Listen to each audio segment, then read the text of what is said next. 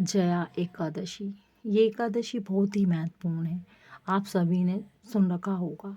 इस बार ये एकादशी 29 तारीख को आ रही है, 29 जनवरी को। ये एकादशी माघ मास के शुक्ल पक्ष में आती है। आमतौर पर ये जनवरी फरवरी के बीच पड़ती है।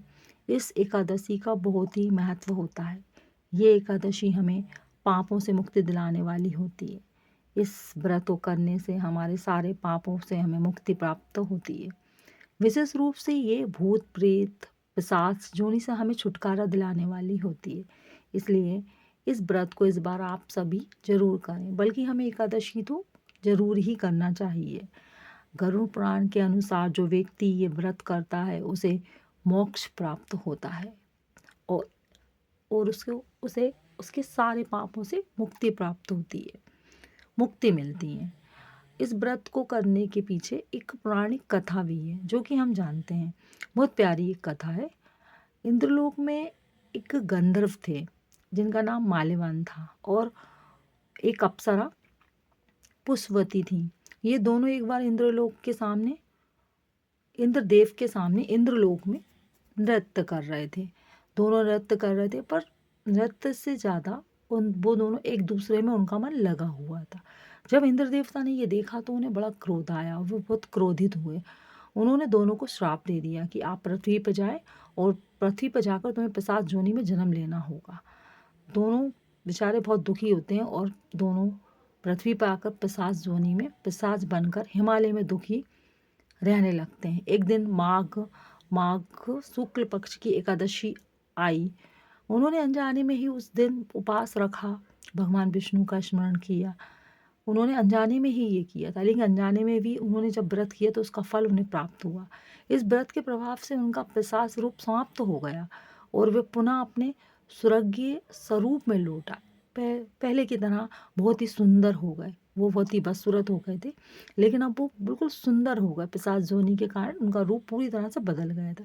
इसलिए इसे जय एकादशी कहा जाता है, क्योंकि ये बुरे कर्मों पर जय दिलाती है। इस व्रत को करने की जो विधि है वो बहुत ही सिंपल और बहुत ही साधारण है। आप सुबह जल्दी उठें, जल्दी उठ के स्नान करें, अच्छे कपड़े पहने साफ सुथरे, और भगवान विष्णु का पूजन करें। पूजन करने के लिए अगर हो सके तो कोशिश करें कि पीले वस्त्र पहनें और भगवान विष्णु को तुलसी चढ़ाएं, धूप दीप नैवेद्य अर्पित करें। दिन भर व्रत रखें, केवल फलाहार ले सकते हैं। रात्रि में जागरण करें और विष्णु मंत्र जपें, ओम नमो भगवते वासुदेवाय नमः। और द्वादशी के दिन किसी ब्राह्मण या किसी गरीब को भोजन जरूर कराएं। ऐसा करने से आपको इसका बहुत ही ज़्यादा फल प्राप्त होगा।